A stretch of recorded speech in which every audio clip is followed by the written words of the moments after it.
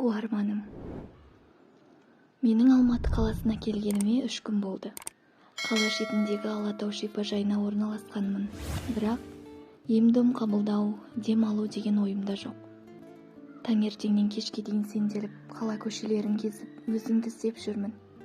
Сәния, қайда екенсің? Күн ұзаққа жаяу жүріп, әрбір жанға сен бе деп тесіле қарап шаршадым да.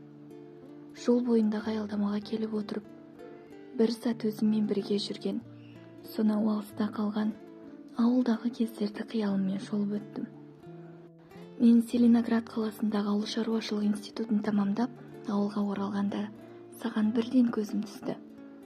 Менің таңертеңгілік ерте тұрып, дене шынықтырумен айналысатыным бар еді. Бірде таңертең ауыл шетіне шығып жүгіріп жүргенімде, өріске мал айдап шыққан үлкендердің арасынан сені көрдім. Марқұм ата-анаңды да, өзіңді де оқушы кезіңнен білетінмін. Қалай өзгеріп кеткенсің? Нәп-нәзік, аққудың көгілдіріндей талдырмаш, сұлу бой жеткен болыпсың.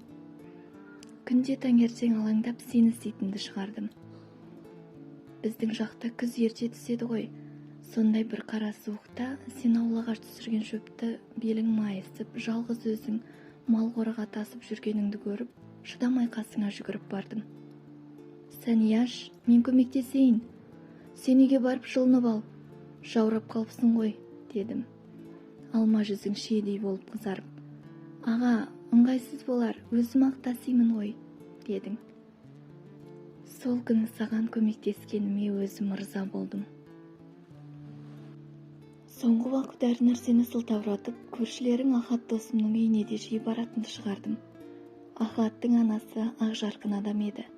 Үнемі сендерді мақтап отырады. Әр қылығыңа сүйсініп, еңбекқорлығыңды, ұқыптылығыңды, бауырларыңа дейін қамқорлығыңды өзгелерге үлгі қылатын. Неге екенін білмеймін, саған деген сезімім үдей түсті. Күнде сені көргім келіп, аулаңның қасынан өтетінмін. Сіздің үйдің мұржасынан ерте шыққан түтінді көріп қуанатынмын. Алғашқыда саған оянған аяушылық сезімімнің махаббатқа ұласып, өзіңді жақсы көріп қалғанымды да сезбей қалдым. Бір күні кешке сені киноға шақырып келгенімде, аға, кешіріңіз, балалардың тамағын жасап, сабақтарына қарауым керек.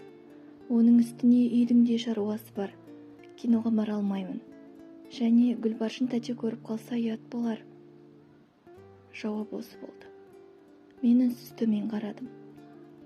Гүлбаршын екеуміз мектеп партасынан бірге жүрген, сезімімді білдірген сыныптасым еді. Институтта оқып жүріп, хат жазысып, үйленуге де уәделескенбіз.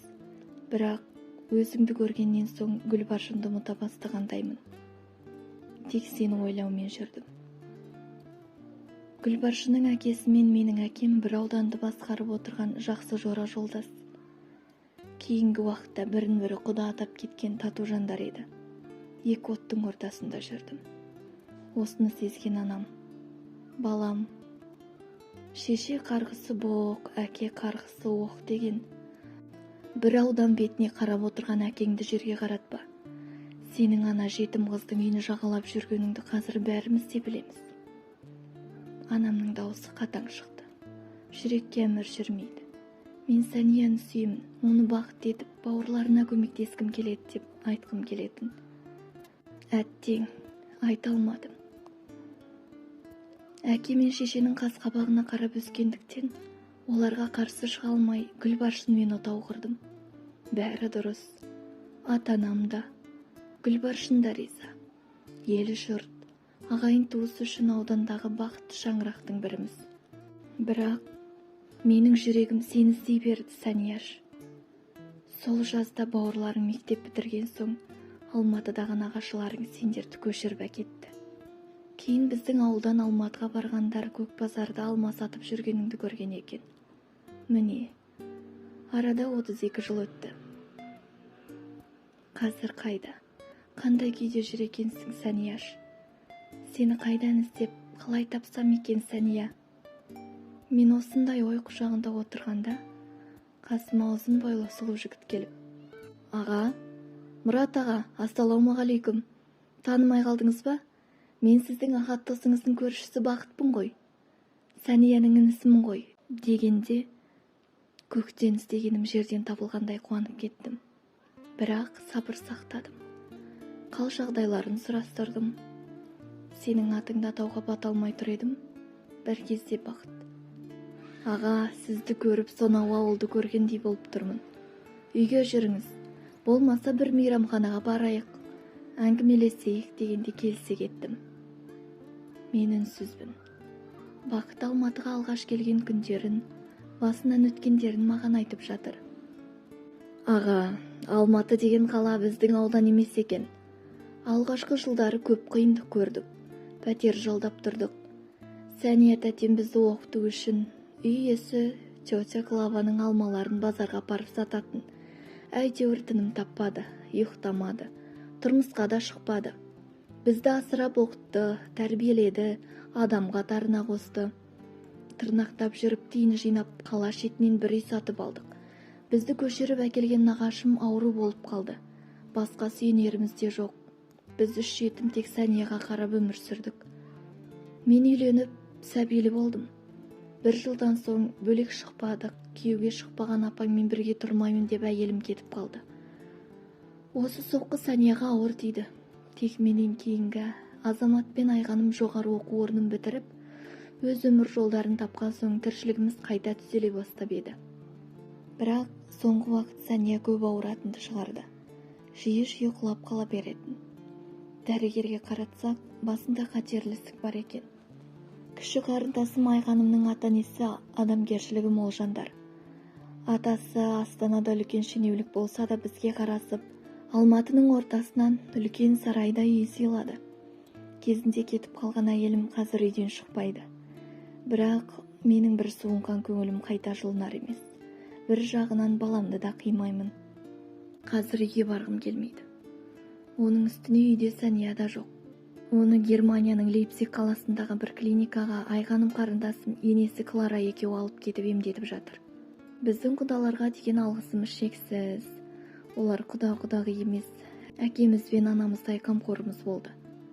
Шүкіршілік деймін. Тек Сәния аман есен тәуір болып кетсе деген үлкен тілегіміз бар.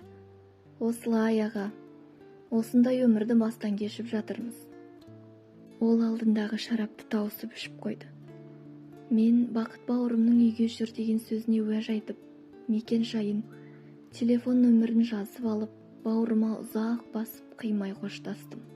Олардың жақсы азамат болғанына қуандым. Жарлы байымай ма, жетім өспей ме, көкейіңді теспей ме деген сөз рас қой. Арқамнан үлкен бір жүкті түсіргендей болдым. Астанаға тезірек кеткім келді. Іштей Сәнияның сауығып кетуін тіледім. Сәнияш, сен қыз бала болып бұлғақтауды білмедің. Сен жары болып бала сүйіп, әйелі бақытын сезінбедің. Сені шын сүйе тұрып, саған жары болып қамқорлық көрсете алмадым. Өзіңнің бейнеңді жүрегімнен өшіре алмай, өтірік ғұмыр кешкендеймін де. Кешір мені, қалқам. Қайда жүрсең де аман бол. Сен менің қолыма қонбаған аққу арманым. Айтылмаған әнім боп қалшы, Сәнияш.